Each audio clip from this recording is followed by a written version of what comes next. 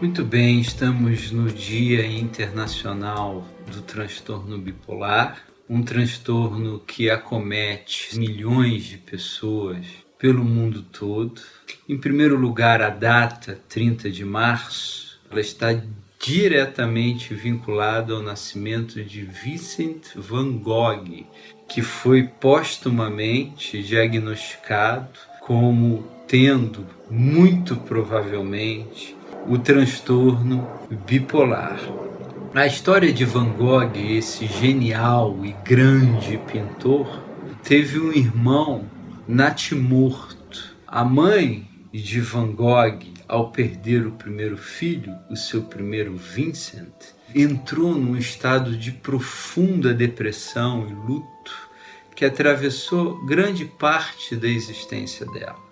Depois que o segundo Vincent van Gogh nasceu, ela passou a dedicar mais atenção àquele que tinha morrido e negligenciar emocionalmente aquele Vincent van Gogh que realmente veio ao mundo.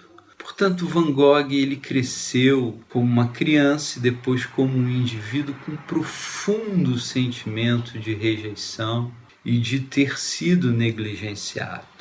Obviamente que isso criou um perfil psicológico desequilibrado, apesar da sua sensibilidade e genialidade humanas, e sofreu ao longo da vida toda entre oscilações emocionais que caracterizam um transtorno bipolar, que se caracteriza por oscilações constantes do humor, marcado por fases depressivas e autodepreciativas, em que o sujeito fica absolutamente apático, e fases de euforia, de mania ou de hipomania, em que ele expande-se demasiadamente a sua afetividade a ponto de criar constrangimentos nos seus contextos relacionais. Van Gogh foi um indivíduo que teve profunda dificuldade em formar os seus vínculos emocionais a vida inteira, e ele acabou transferindo a sua segurança emocional para o seu irmão mais jovem, Theo,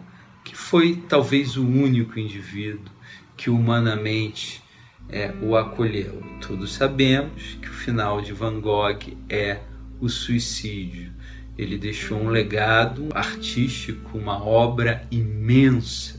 Mas algumas considerações precisam ser feitas acerca do transtorno bipolar, porque hoje em dia as pessoas recorrentemente diagnosticam umas às outras como tendo transtorno bipolar. O indivíduo é bipolar, fulano é bipolar. Isso se tornou um diagnóstico extremamente generalizado e que de fato há em todo ser humano oscilações de humor. O ser humano ele jamais é um ser psicologicamente unipolar. Ele não é capaz de ficar na estabilidade emocional permanente. E aí eu quero chamar a atenção para um grande autor da psiquiatria moderna, Rudolf Allers. Dizia que existem apenas dois perfis de indivíduos, genericamente falando, na civilização humana ao longo de todas as épocas e todas as culturas. Aqueles que ele chama de neuróticos, que constituem a maior parte da população, e aqueles que ele vai chamar de santos, que são os indivíduos que adquiriram uma estabilidade interior superior devido ao ordenamento da sua própria alma, das suas condições anímicas. Mas a maioria das pessoas naturalmente oscila em estados emocionais, e não é qualquer oscilação que vai definir o perfil como sendo um perfil de transtorno bipolar. O transtorno bipolar, ele na verdade, ele é aferido hoje em dia, dentro de muitos olhares médicos, como sendo um elemento causal. O indivíduo, ele nasce geneticamente predisposto a desenvolver um transtorno bipolar. Eu não quero negar essa perspectiva, mas eu quero sobrepor a essa perspectiva uma outra perspectiva acerca do transtorno bipolar, em que eu penso que não necessariamente devemos olhar para ele como algo definitivo, determinante e genético, apesar de parecer muitas vezes ser. Mas sobrepor a esse olhar a perspectiva epigenética, que é aquilo que está sobre a genética e que vem das pressões culturais sobre a genética de cada indivíduo. Há um tema fundamental por trás de todos os transtornos psicológicos, em especial do transtorno bipolar, que é o tema da negligência emocional e do abandono.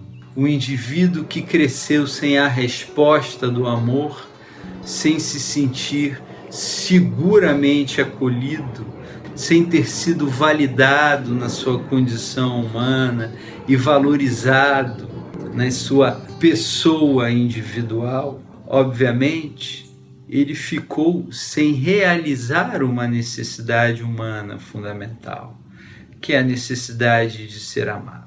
Essa necessidade é absolutamente universal, porque é a partir e através do amor do outro para comigo que eu vou chegar ao meu próprio valor individual. Como que eu vou acessar o meu valor individual se eu não recebo a mensagem de amor do outro que me cuida?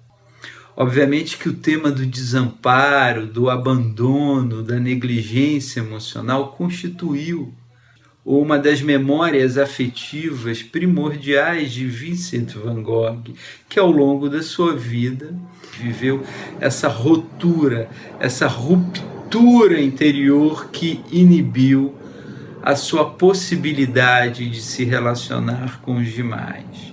Porque quando eu não me sinto valorizado pelo amor dos meus cuidadores, eu, na verdade, chego para os outros relacionamentos com essa ferida do desvalor.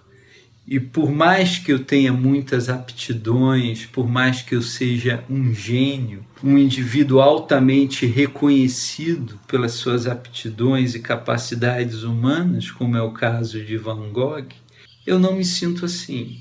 Eu me sinto sempre aquém do amor do outro. Na verdade, essa questão nuclear é o núcleo de todo o transtorno humano fundamental. E em torno desse núcleo vai se formar uma nuvem de sintomas. O transtorno bipolar, olhando sob essa ótica, é um problema que nasce do desamor humano para com o outro. Porque grande parte, eu diria que a maioria das pessoas, estão obcecadas, fixadas na condição de serem amadas. Todo mundo quer ser amado, quer ser aceito, quer ser validado. Todo mundo quer ser admirado, quer encontrar o seu próprio valor no olhar do outro. Isso é uma questão que começa quando eu ainda sou um bebezinho e atravessa a minha vida toda, e a gente vê adultos de 50, 60, 70 anos que ainda estão posicionados nessa condição da autoafirmação, da autovalidação, e que, na verdade, se conformam a uma posição e uma condição humana carente.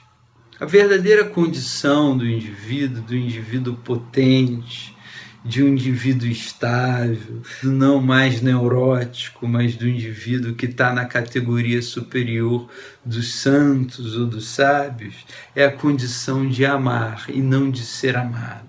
É a condição da caridade, não mais da carência.